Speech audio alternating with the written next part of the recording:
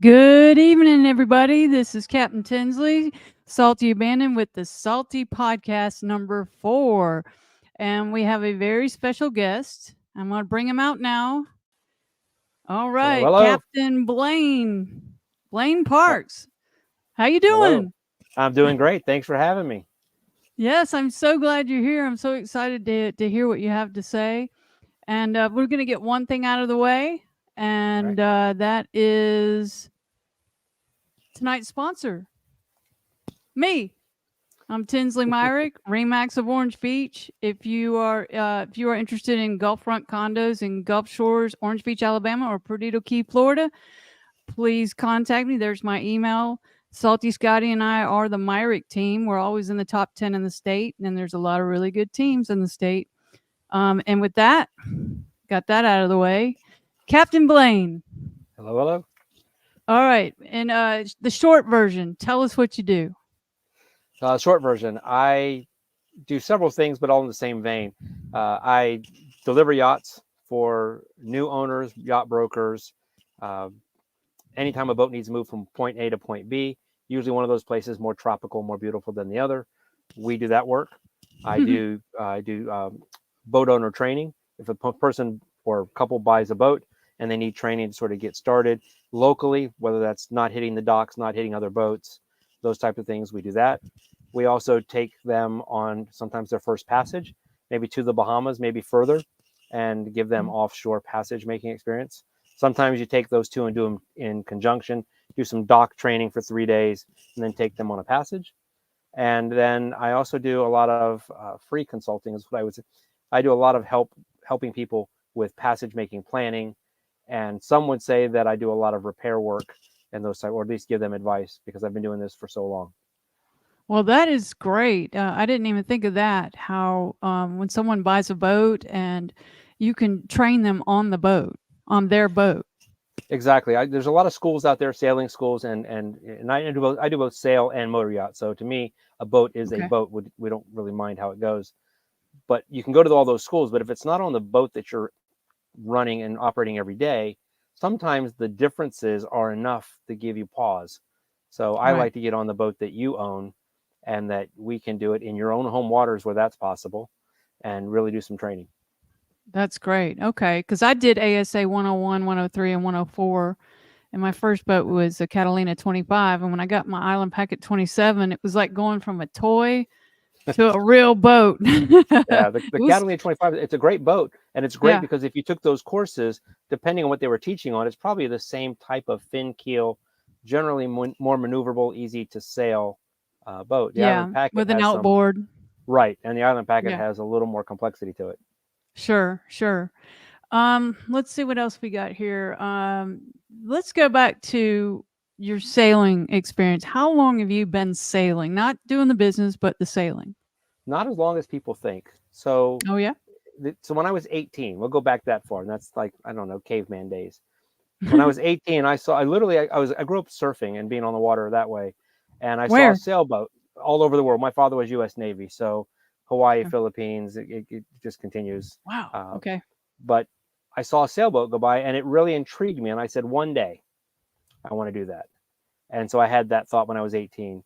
When I was probably early 20s, I still had the same dream of doing it. And somebody smarter than me said, well, if you're going to go cruising, don't buy a sailboat until you're ready to go, because you just invest every penny you have as you're growing into these other boats, and you may never make enough to go. So I waited until I was 29 years old that I took a first sailing charter in the Caribbean, went for 7 to 10 days with a captain and a cook that swore they'd teach me everything they could do. And I Mm. did that for about 5 years. And then I bought a sailboat. And then probably So would four you years. recommend that path? Because I've always heard buy small, go now. You know. Yeah, it's buy small, go now makes sense. But most people don't want to go camping. They want to go cruising. And Yeah. so if it's too small, it becomes a camping.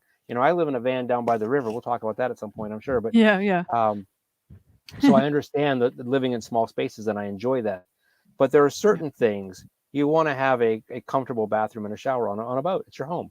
You want to be able to have refrigeration on your boat. You don't have to have these things. I mean, Slocum went around the world with none of these things. Right. So, but most people wanted a bigger boat. So I started at a 35 foot. I learned to sail 50-foot yachts by going chartering once or twice a year. And then when I bought my 35-foot boat, it seemed small, except I'd never docked a boat. I'd always anchored a boat. Docks make things very dangerous. So I learned very quickly that I didn't know enough about that. And then it wasn't long after that we realized, I was married at the time, didn't realize that the 35, the layout, not the size, but the layout didn't work for what our needs were. We had 2 golden retrievers sailing with us, and we needed some different spaces. So I went cruising on a 40-foot yacht probably 6 years after I started sailing, and I was only doing part-time sailing. I went 2.5 years after I owned a boat. So that was my story. What do you mean went you cruising. went 2.5 years? You were gone for 2.5 years? No, 2.5 years after I bought my first boat, we went cruising. I quit work when I was 35, traditional work, corporate work. I had a big boy job Which for a while. which I was was a director of security for Cisco Systems, the internet giant, from oh, the East Coast from Texas to the East Coast, and from India through Australia and New Zealand. That was my territory when I gave that up. And I Are walked you away talking from about internet security or are you talking about no security? physical security, electronic card access type things, cameras, disaster recovery, um, those types of systems. And I quit at 35 years old, and I never looked back. I had saved my money since I was 20 or so, and started putting money away.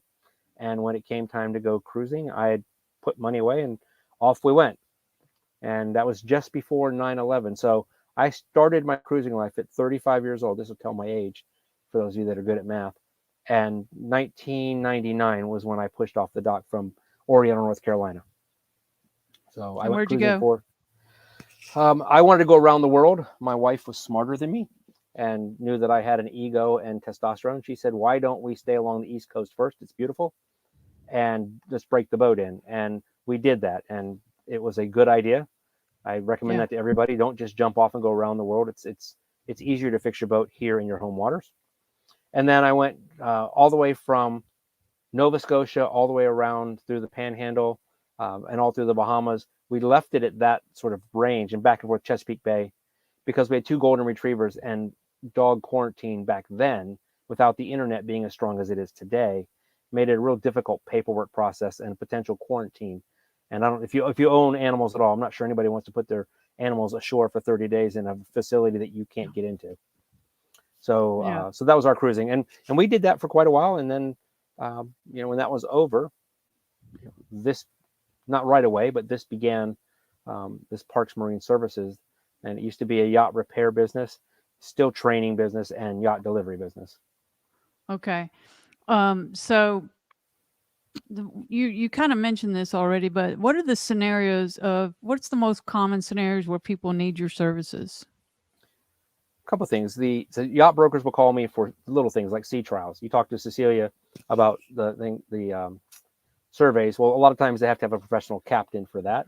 I get those phone calls all the time. I get a lot of calls for, "Hi, my name is John. I bought a boat in Texas, but I live in on the east coast of Florida. I need my boat here. I don't have the skills." And so we take that option and take it, from wherever it was in Texas, bring it around to the east coast of Florida. My next job coming up is going to be from Bradenton, Florida to St. Thomas. Yacht broker, working with an owner, bought a boat they're putting into charter down in St. Thomas for the Island Yachts charters. So I'm taking a boat from Tampa Bay, basically, around to St. Thomas over the 14 days at the end of this month. It'll be 14 days. It's a sailboat? On a good day. It's a sailboat. It's a 40-foot sailboat. So on a good trip, that's about what it'll take us to do that. Yeah. It's against the wind almost the entire way. It's not the right direction to do it. It's not the way that if you're cruising, you would never do what I'm doing. But Right. we need to move the boat to get it into the charter fleet. And then, of course, there's I don't know how to run a boat. I had more money than I had sense. I bought a big boat.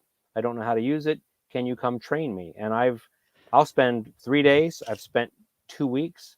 I had a family of, let me count the kids, family of 6, 4 kids, and the husband and wife bought a 52-foot catamaran and had never really done any of this before. I spent 12 days with them doing local training, and Wow. then we did offshore passage making.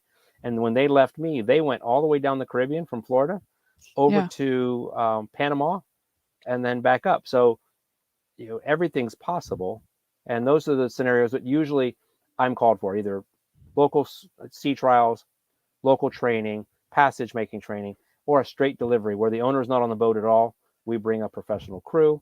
We show up at your boat sight unseen to us. And usually within 24 hours, we've inspected it, we've provisioned it, we've made sure all the systems work so that we can make that passage. And we're off the dock within 24 hours. And then we nonstop till we get there unless there's weather or a mechanical problem. So I've signed a contract with the captain when I broke my ankle, and I wanted someone to bring the boat back from Key West. I sailed it down there, and there's a lot of questions though, and I was just looking it over, and there's got owner responsibilities and the captain's responsibilities, and I had to answer a million questions about the boat and including insurance and everything. Can you tell us a little bit about that? What people could expect if they contact you and they want to hire you? Sure. What is your process? Well, when you reach out to us, we start with the basics. What boat do you own? What are you asking us to do? Are you coming with us? Are we doing this professionally with our own crew? And what are your expectations for dates, for timing? Because sometimes the weather. Let me start differently. When you live ashore with a shore-based life, which I did for many, many years, dates and calendars are more firm for what you need to get done. You have a dentist appointment on Thursday, you're going to pick up your child on Saturday. Yeah. Boats don't work that way. Right. We don't, the weather will dictate where and when we can go. So we have a discussion about that. And then I'll do an estimate based on what they've asked for, and it'll lay out the number of crew that I think we're going to need, and I'll talk about that in a minute, how much each of those crew members are, how many days we think it's going to take us to do this based on my 500,000 mile plus experience of going to and from places. And then we will ask them, and our contract is fairly short because I do a lot of in-face conversation. The contract's tight enough to keep us protected.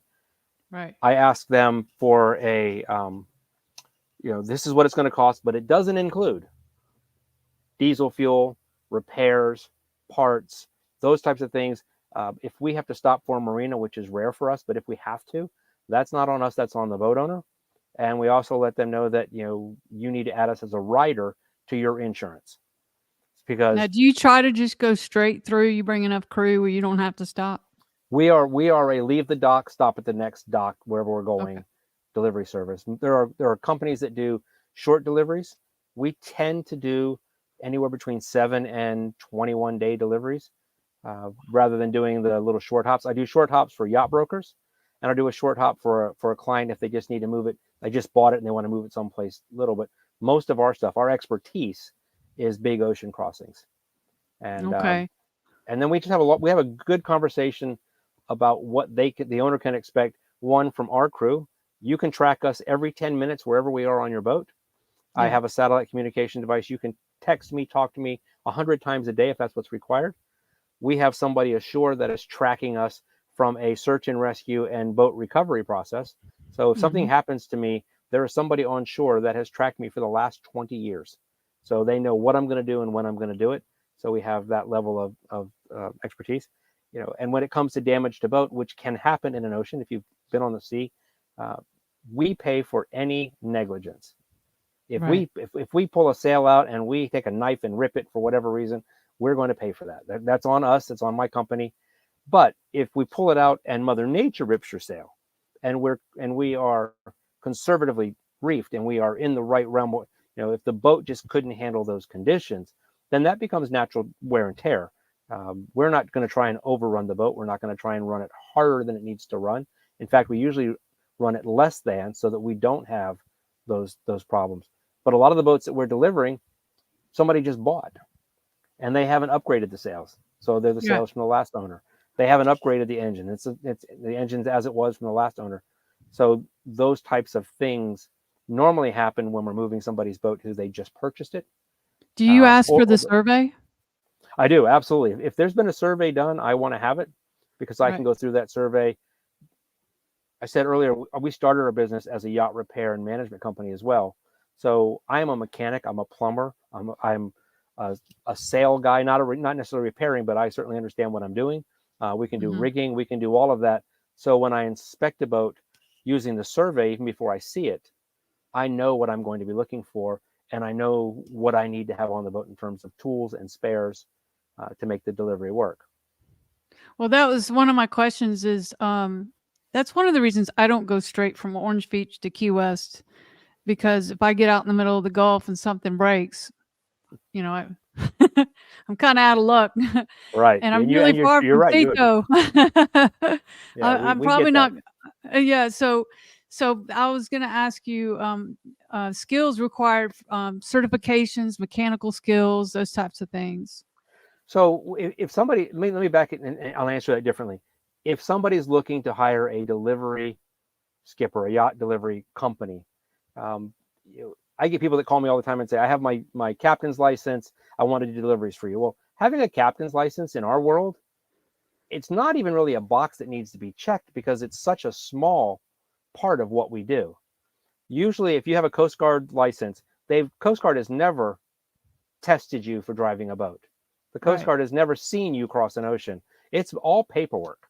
And so in our business, having a captain's license, while it certainly is an important part, it's the smallest piece of somebody. If they call me want to be hired, that just opens the door. It It's doesn't more even about have, experience, right? very much so. So when you look Yep. for a delivery company, you want to ask them, one, where they've been, and talk about, are they mechanics, and whether they have certifications or not. A diesel mechanic is, knowing how to do that.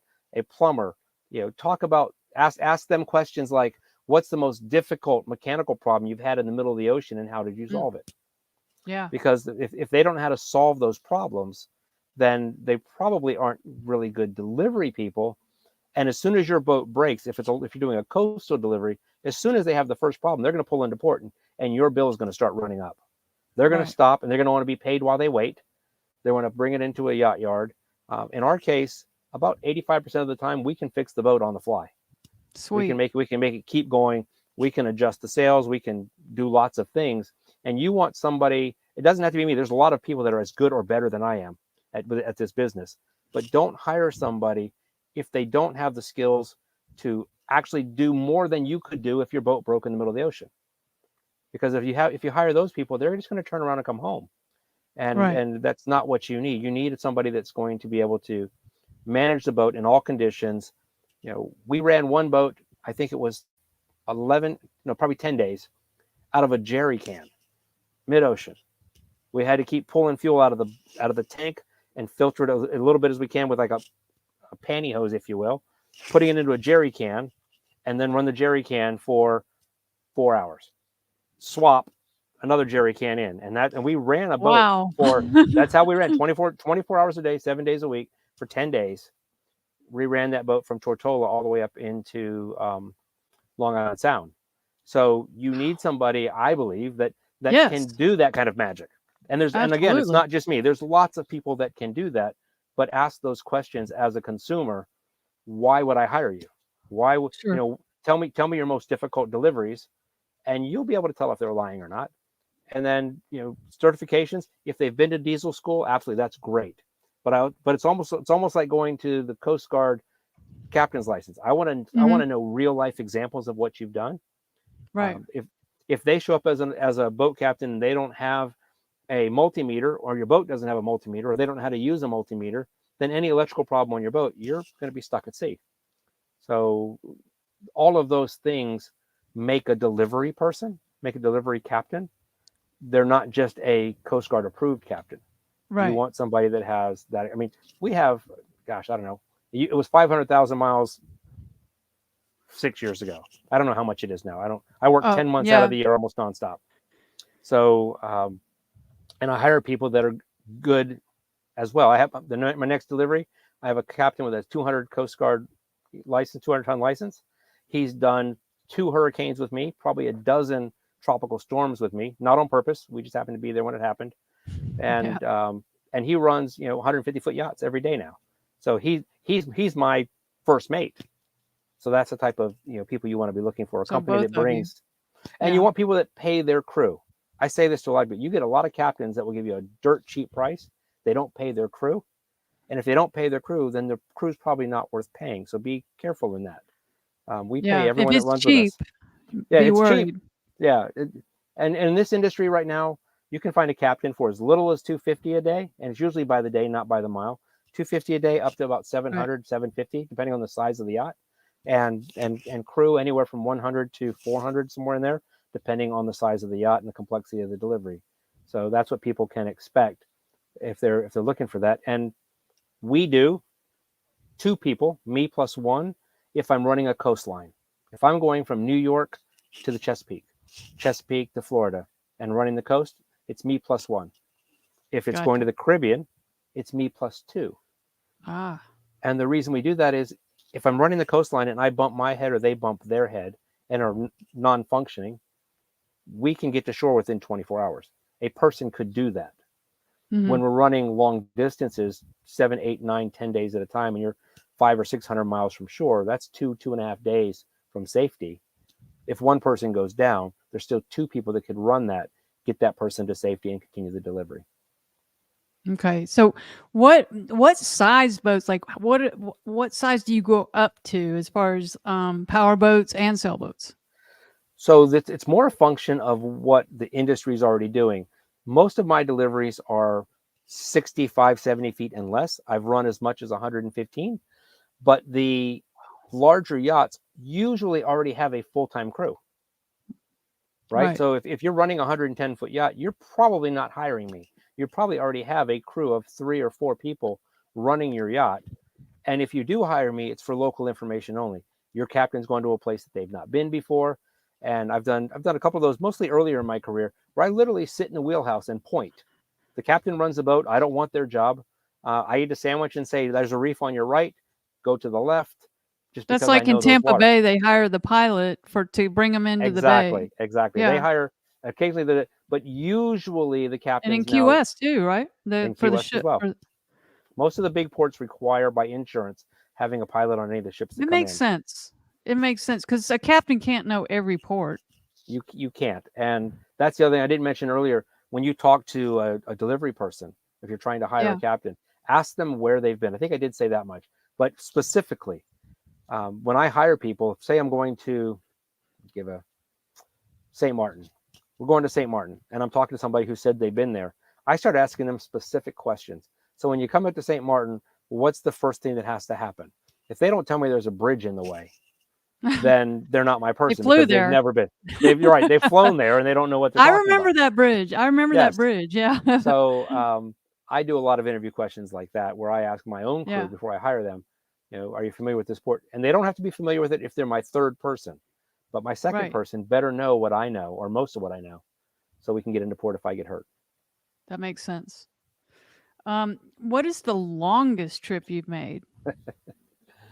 It's the longest trip in the smallest boat. I've been writing a book Oh, about it wow. forever, and I for whatever reason I'm a good writer. I've been I writing want to read that professionally for a while. book. I want. Everybody does. Everybody does. My friends beat me up. So it was 43 days on a Dang. 32-foot island packet. That's what I have. Well, I have Well, a it was a three. 320. That's what I went across. I crossed the A Atlantic on a 320? 320. We Oh went my from gosh. we started in the U.S. and went to Florida first, and then we had some sail failures. I told the owner we needed to replace the sails. He disagreed. We got to the Bahamas, and by the time we got there, 2 of them were shredded. So we stopped in the He Dominican Republic. disagreed, huh? Well, it's the owner's prerogative to tell me that they don't believe me, and that's fine. It's their money when it Yeah. does happen.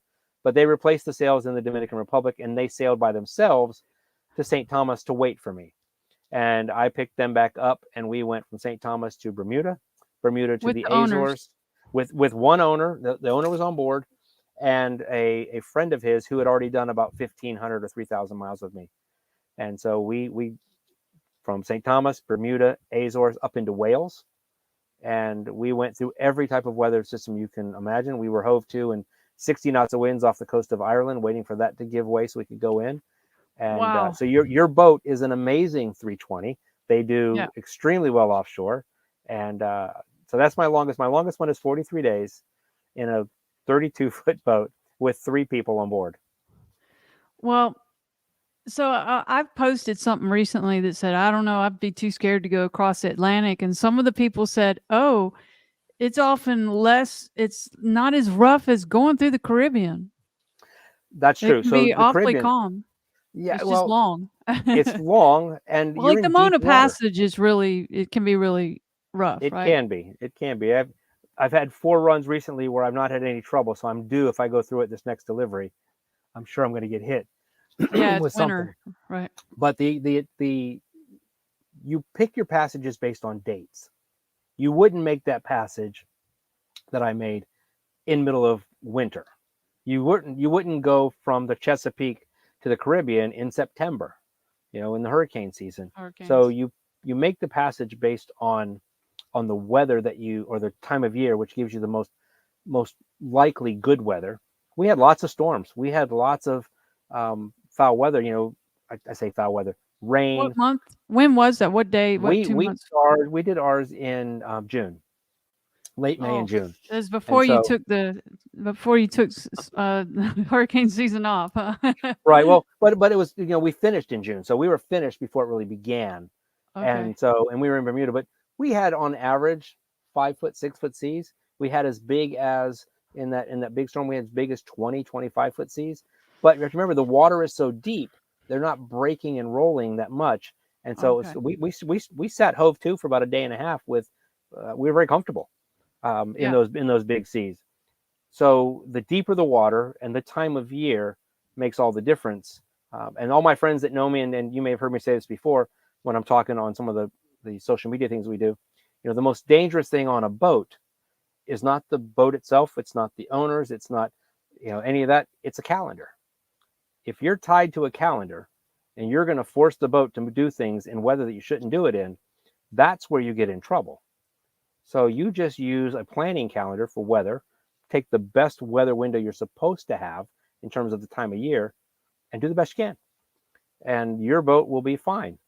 Is it guaranteed? No. If it was guaranteed, it wouldn't be such an adventure. Right. But so far, knock on wood, there's wood underneath this laptop. Knock on wood, we're 20 some years going to sea, and big sea, and small boats. And we've seen hurricanes, we've seen tropical storms. Um, I don't recommend hurricanes. I don't recommend tropical storms. You don't do it on purpose. But if you're there and you're in a well-found, if your yacht is built right, you can produce conditions inside the boat that will take that. You'll get your sail shape right. You'll get your, the amount of sail that's out there, whether it's bare poles and running, or it's heaving to, or you've got a sea anchor, whatever works for you and your particular boat. Just be prepared for that. Don't make that your first passage. So a trip with owners is a much different trip, right? Yes, it is. Do you charge extra for that? I'm one of the few companies that don't. A lot of people will Oh, either say no, thank you, or they'll yeah. charge extra. I don't charge extra, but I do have a deep, long conversation about who's in charge of the boat. Yeah. You wouldn't have And hired me if you thought you knew more. Scott crossed with a fella from Clearwater to Orange Beach because I was my ankle, Right. and he told him, he said, no drinking, no Yep. no going forward when I'm asleep at night. Yep. You're staying in the cockpit. There were rules, and Scott Yeah, said, yes, we do a sir. lot of rules. We do a lot of rules. Yeah, We run a dry boat no matter whether it's our crew or with the owners. that's We ask good. them. I can't tell the owners not to drink, but I will tell you, if you do drink, you're not working. And if you're not working, then somebody picks up your shift, you're paying more. Because a lot of times Nice. the owners, and it's just the way it needs to be. We've had some people that tried to sneak alcohol. When we weren't looking, they're drinking out of the bottle, and I've just basically told them, you no longer can run this boat. You need to just, and they're like, well, it's my boat. That's fine, and we will pull into the closest port, and we will step off the boat and charge you full rack rate as though we delivered the boat all the way there. That's part of my things. If you're not gonna Love it. operate under, and we are far from draconian. If anybody's watching this that's worked with me, I hope they'll pipe up somewhere along the way and let everyone else know that we're Oh, we very have one fair. comment. We're very fair. We want to make sure that people are getting good experience. We want you to be a part of the delivery. What we don't want to do is we don't want to butt heads with you. I will make the safety decisions. I will make the weather decisions, but I'll talk with you about it. I'll tell you why I've made the decision. And if, Right. if something happens and it's an emergency, immediate thing, and I can't tell you what's happening, I will explain it afterwards. But it's much more difficult with owners because I know what to expect, and I try to explain it. But if you haven't seen it yet, no matter what words I use to tell I you, don't think people realize how uncomfortable it can get. thank you. You have to really want to be there. My Facebook page and my business page, we always talk about it in terms that people, I don't think they really get. When I say it's kind of sporty out here, that sporty is 35 knots of wind and 12-foot breaking waves. That's sporty, Yeah, and they I've think, been oh, in sporty, that. that's a nice word, right? And when you're on the boat, what we stress with the owners is you can't get off. If we're You can't mid-ocean, pull over and get off the interstate. no matter how bad it No, gets, you have to no, go through it, that's right. and it will end. It will end. Right. Hopefully in a good way, but it will end. Yeah. Yeah. Um, so we don't charge more for owners, but we probably should. We probably should. Well, when I made this, and I talked about this in Salty Podcast number 2, when I crossed from Tarpon Springs to Apalachicola, it was so rough, and Mm-hmm. it wasn't supposed to be, but and I got those emergency warnings on the VHF, Sure. and it was telling me 30 plus knot winds, and I was like, "Yep, I'm in it." And I Yeah. was looking up at waves. I have no idea how tall they were, and I heard it twice, and I was by myself, so I just went ahead and called the Coast Guard because I heard call early. Don't wait till you're in Right. the water. Yeah. Sure. And I just told them that I was out there, and they tracked me and called me like every half an hour to an Yeah, they will hour do that. They're really good about until that. I tied up. Oh, I just love the Coast Guard, and it felt so much. It felt good that they were checking up on me, because it was rough. Yeah. So I'm sure Yeah, you've been in rougher, but So what's interesting is the Gulf of Mexico. All the water that I travel, I hate the Gulf of Mexico because it will do that to you, and it's a washing machine because it bounces off all the coastlines. That energy moves from and left to right right, there in north that and south. corner in the Big Bend, yeah, Right, and there's a lot of currents in the middle of it. So if you try to cut straight across, we tend to do that trip by hugging the coast up to Port St. Joe, for those that know the territory, and then go across so that we can tuck in almost immediately if what happens to you happens.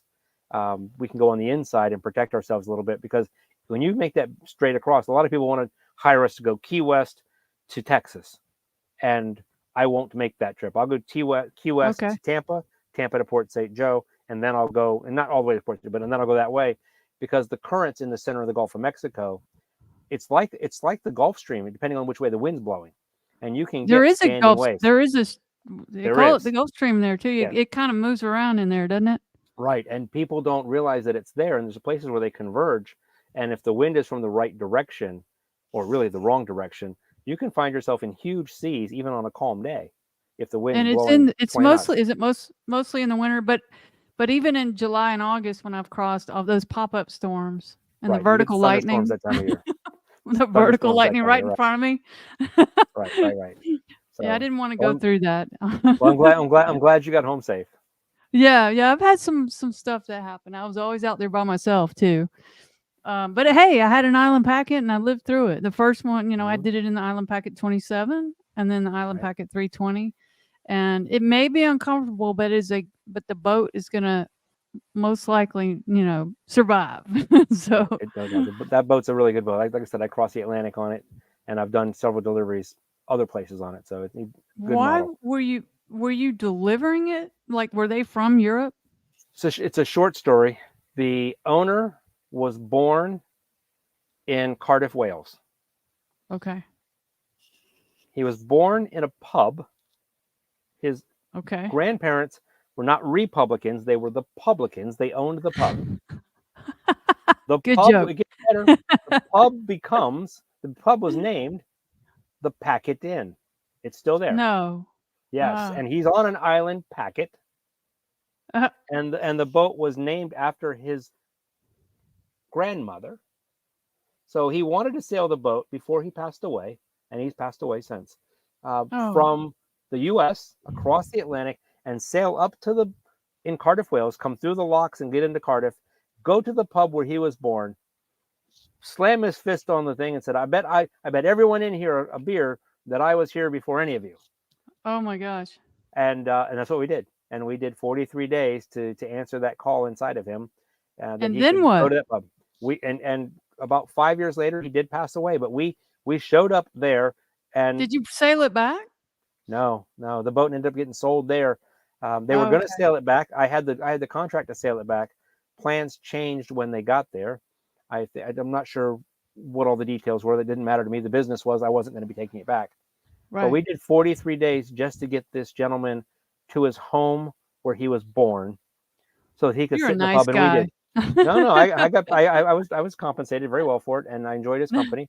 But we sat in this pub and I literally sat in the pub with him and had a beer in the pub where he was born. He was born upstairs from where we were sitting, and it What was age range are we talking about?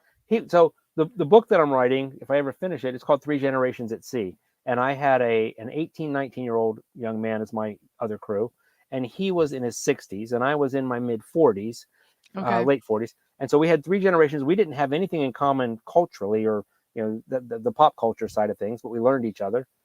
And when we arrived, he was probably 62, 63 when we arrived Okay. there.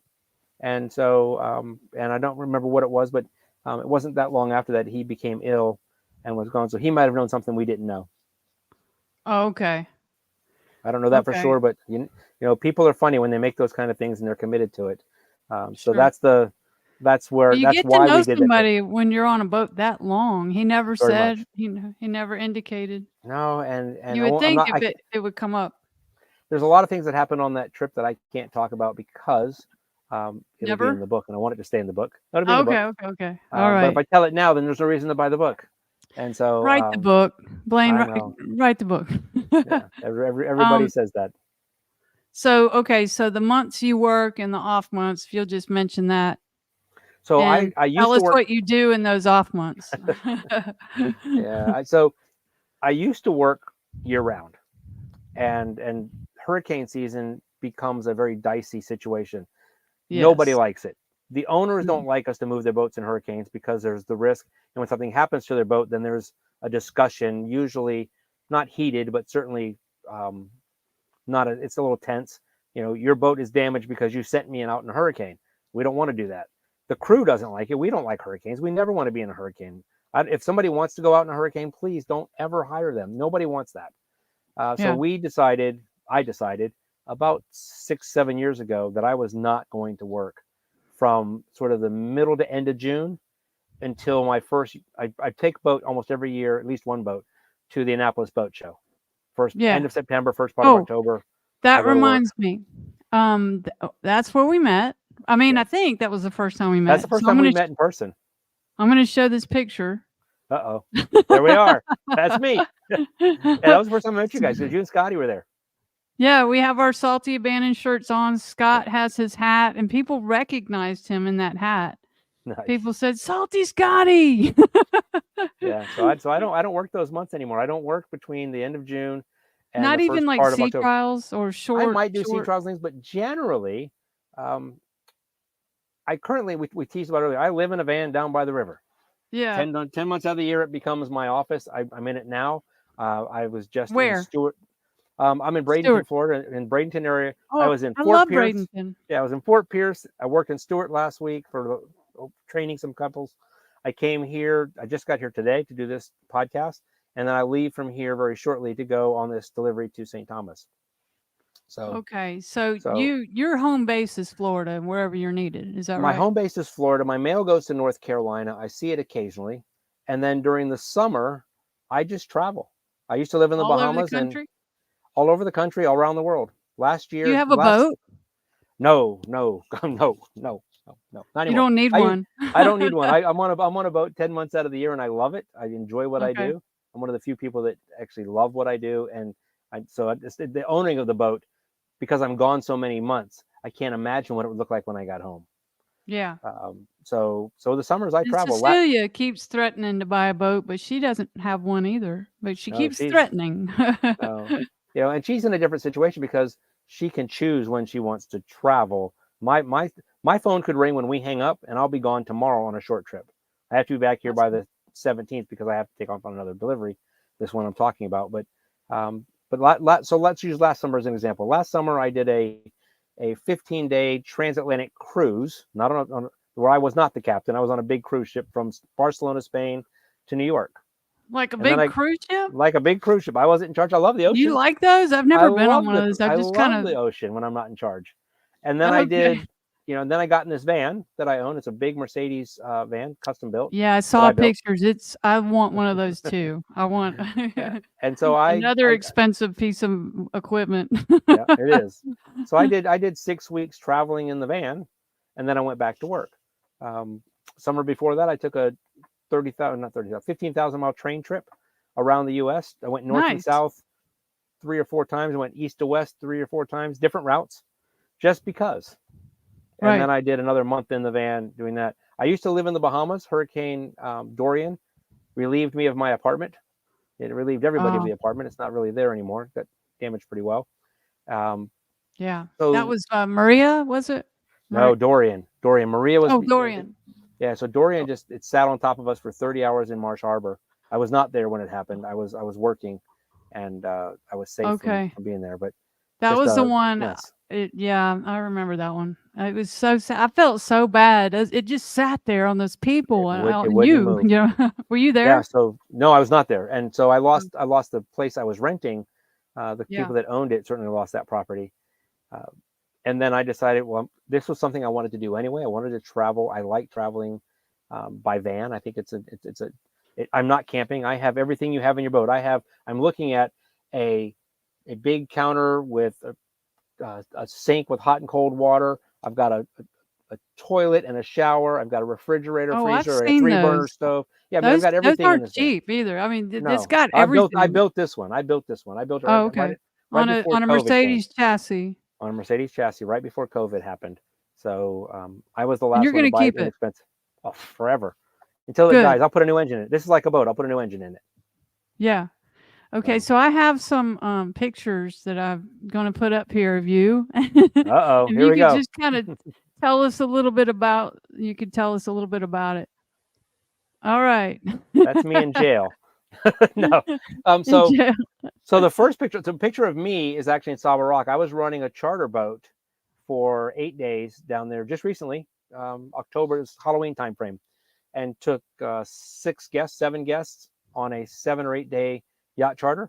And on the Wow. right, I was just there That was a week and a half Christmas. ago. Week and a half. No, it was Yeah. New Year's. New Year's. I was there a week and a half ago. Oh, okay. I took a boat over there for the New Year's holiday and stayed to the 4th because air flights were so expensive. So Spanish Wells, somebody put Yeah. this tree out in front of their house in the Sound on a float for all of Christmas, and it was still up when I was there on, I guess that's January 2nd or 3rd. I So, love it. And I love this picture of your yep, this laying is in a Spanish. hammock. Yeah, this is Spanish Wells again. So those are my ugly toes. I didn't see they haven't been manicured anyway there, but You've got a um, lot of pictures that kind of look like this. yeah, and I'm playing the ukulele. You can't see the ukulele, but Oh, I'm we playing the got one ukulele. of that too. Uh-oh, here we go. So here's Yeah. another one with your feet. Yep. So let's see, where am I at? So one on the right is in Abaco. I was working on a boat Okay. delivering it, and I was up there inspecting the sail when the owner yelled, "Turn around, take a picture." So that's Yeah, where that came that's from. good. I like it. Um, and that his name is he spells it Dennis, but it's Denis Rosa. He's out of Canada. Good friend of mine. Shout Good out to client. Denis. Yeah, Okay, shout he's out to probably watching or stalking me somewhere. And the other one, I'm not sure where I'm at there. It looks like, still looks like Spanish Wells. I love Spanish Wells, so I do a lot of time there when I can. And So where is Spanish Wells? On Graham? Eleuthera, it's in the Oh, Bahamas, Eleuthera. just off Okay. the coast of Eleuthera. Most people know Okay. Harbor Island as the Great Pink Sand Beaches. Most people Yeah. don't know that Russell Island and Spanish Wells is one of the best kept secrets, and I've just ruined it for everybody. I apologize. I've been to Eleuthera. Yeah. I can't remember exactly where. It's just like 10 years, I don't know, maybe 5 years ago. And it said the picture, it said going west past west Grand Bahama. Yeah, Grand Bahama? we had just passed West End. We didn't stop Yeah. there. I'm known to go direct. We had left Fort Pierce, and Yeah. we had passed West End. This is in the Northwest Providence Channel between the Berry Islands and Great Abaco area, and we're going towards, at the moment, towards Nassau. But this boat ended up in Spanish Wells. This is the same trip. Oh, so this is not in the tongue of the ocean. No, not yet. This is in the Northwest Providence Channel. There are cruise ships Oh, all I around me know where doing that is. circles. Okay. Yeah, cruise ships are Okay. circling me, doing circles, waiting for Nassau to wake up so they can bring their ships in. Okay. Okay. All right. We got a few more here. This looks like a cold place. This is a cold place. This is me. I think this is Cape Cod. No, this is not Cape Cod Canal. This is actually maybe hold on. That is Cape Cod Canal. That's me Okay. delivering. That's an Elan 43, and I'm delivering it for Springline Yachts to the Annapolis Boat Show, and it was Wow. cold. Okay. All right. And whose boat is that? These are clients. This is Lori and Steve. He goes by Jack sometimes. Well, this is the boat we just took to Spanish Wells. They're over there cruising now through I want to say the middle of April to end of May. They haven't decided when they're coming back yet. Lori and Steve, aka Jack. Yep. So this is a prime example of I taught them to run their boat at the docks, and I've done 2 or 3 passages with them to help them get more experience in doing the passage making. And then I leave them and I go away, and they local cruise, and they call me, and sometimes I help them bring it back. Last year they brought it back on their own. Okay, So cool. Just you taught them increasing well. their education. Yeah, tried to. Okay, now this is like Antarctica or Iceland or something. So this is crazy. This and you're dressed summer. for sailing. We were going on dinghies. There's an inflatable tour in the glacial lagoon. So you're actually running right up to the glaciers and watching small glaciers fall off you the can big see glacier. them in the background. Right. And so like this big is ice cubes. So my other ulterior personality is that I like to take people on tours to places they've never been. So this is me taking all these people to Iceland on a 10-day adventure, camping most of it, sometimes in hotels, but very rarely, seeing waterfalls, volcanoes, black sand beaches, puffins. In this case, the glacier lagoon. Yeah, it's this is the middle of summer, but because the water is so cold, the days were 50 degrees. So it wasn't as cold as it looks, 50, 60 degrees. But the nights were certainly pretty down bundled up there. Well, it's more if we fall in the water, right? So we're on an inflatable, and if we're out there and there's an accident and we get in the water, that it's you're not going to last long. Instant hypothermia. Yeah. Yes. Okay. So these people all trusted me to take them all around. We did about 900 miles all over Iceland. That's a lot of skills, Blaine. I mean, you do a lot of irons in the fire. Life's and too this short is to be you so. by the van. Here you are playing the ukulele. There's a lot of pictures of you next to some sort of water or in the woods and that's you can't really see the whole van there, but it's I like the pirate thing here. Yeah, so that the van started out, we called it the Gray Ghost. I called it the Gray Ghost when I was building it, and then it became GG, G for Gray, G for Ghost, so it then became GG, and now it's GG, the big ass van, because it's the biggest van. It's almost 25, 26 feet long, and super tall. And of course, with ukulele, I wanted to learn to play the guitar. I complained about it for years. My friend Captain Bobby Nobles told me, he was tired of listening to me. He did about 30,000 miles with me. He said, I'm tired of hearing it. Get a ukulele. It's small. It travels, and it's take 4 strings. It's 4 strings. I play the guitar. So for the last almost 5 years now, I've played every day for an hour, and so every day I get a little better. Still not very good, but every day I get a little better. Well, you can hear him on his Facebook page. He sings. So and then here. There's the other one. So while we're really going back here. So the crash course for achieving miracles, I used to teach seminars and do a lot of public speaking. I've been blessed to live a pretty charmed life, not because I made a lot of money, not because but because I've been able to experience a lot of things. And a lot of that has come from me just saying yes to the opportunities that show up. And so the crash course, always. I mean, I don't get out of bed for mediocre. I always say that to people. So the crash course for achieving miracles is the 5 letters in the word crash are acronyms for goal setting, goal getting types of things. And it's a 2-day seminar that I used to teach, and I miss it because the people that have taken it really went off to do great things. And all I did was take what worked for me, which is basically, in a nutshell, I can't go through all of it, but it's 15 minutes a day. That's all it takes to do anything you want to do in the world. I promise you, it's 15 minutes a day.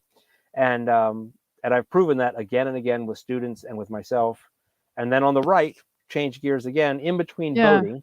Hogs for dogs. Hogs for dogs. I think that sounds like an excellent organization that I could get behind. we started something. I was married to a woman, Janet Charbonneau. She was Parks then, but she's Janet Charbonneau, still one of my best friends. We always gave money and support personally, and where our hearts were, for assistance dog organizations, dogs that We're trained to help people with whether it's a physical limitation, whether it's sight, whether it's seizures, and they're always underfunded unless it's a sight dog. And so we took a year off from our cruising life. This is right in the middle of our cruising life. I took a year off, bought these motorcycles, created this organization, 501c3, trained our golden retrievers to wear goggles and bandanas, and we did 25,000 miles in 218 days, almost not nonstop, but with very few breaks, with no chase vehicle. Sold, I don't know, 25,000 t-shirts off the back of the motorcycles.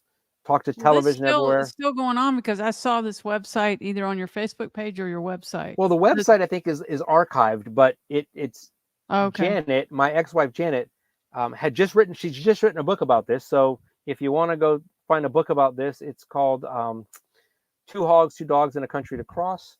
Pretty sure that's what she called it. I don't have it with me. I should have had a book ready for you. You definitely need to write a book too. You need to. But her name, Janet Charbonneau, is Hogs for Dogs. She wrote about this trip, and we raised a lot of money, did a lot of nice good and sharing information. One of my proudest moments, one of the hardest things I ever did was that trip, but I'm certainly glad we did it.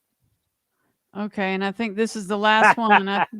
This is a quintessential Blaine. You'd be mad to know that I was being paid $450 for that day, wouldn't you?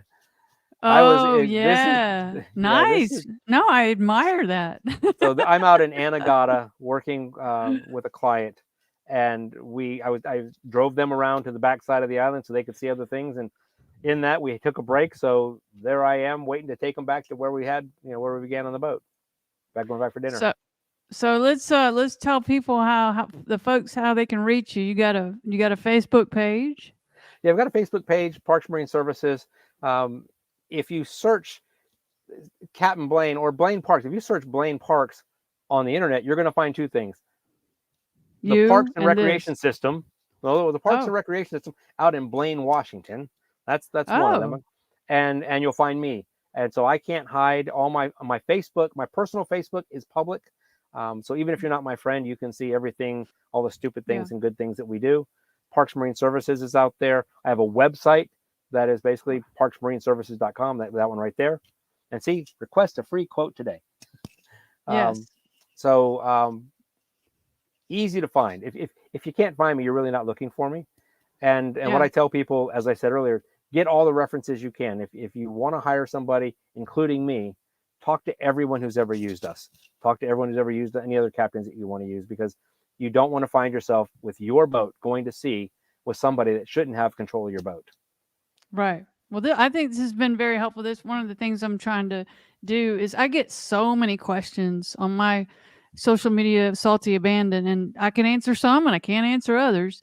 Right. So I'm just trying to create more resources for people because the sailing community is not huge, So I just want people to know where to go to find out information. So, we've been on here for a little over an hour. What, you want to say one more thing? Go ahead. One of the things that I do, because it was done for me when I was cruising, information is always free with me. If you have a question about passage, you have a question about delivering, it's just text me, call me, find me. Information is free. I'm not gonna make you pay for my hour. Now, if you want to do a consultation on buying a new boat and you want specific, we'll talk differently. But if you call me and say, Blaine, I'm going to St. Thomas, what's the best route from the Chesapeake? That's free.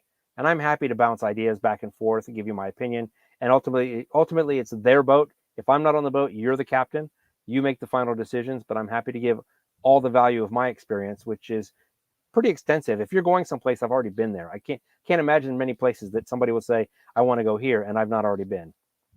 Yeah. So, and you probably do a lot of tag teaming with Hayden and Radine and also Cecilia, and you guys, what a great team of people to know, Yeah, the industry's small, and the industry, the people that are quality, it's even smaller numbers. We tend to stay connected. I mean, somebody calls me and I'm not available, I can give you the name of 4 other yacht delivery captains, and I will freely. I believe we did that. I think that happened to you and me at some point, I think. Right. But okay, well, I guess we should keep it right here in an hour. This has been great. And did you want to give out your cell phone number? I didn't put it in here. No, you can find it. It's everywhere. I won't necessarily say it here, but because you don't know where this ends up, later on down the way. But It's Right. everywhere. And if my phone number was to change for any reason, it would end up on my website. The website's probably the fastest way to find me. And there it Facebook's is. easy, and Right. partsmarineservices.com, easy to find me. Okay. Well, thank you so much. I really appreciate you taking time to do this. And well, I hope you'll come back. Well, thank you very much for having us, and I look forward to it. All right. Thank you.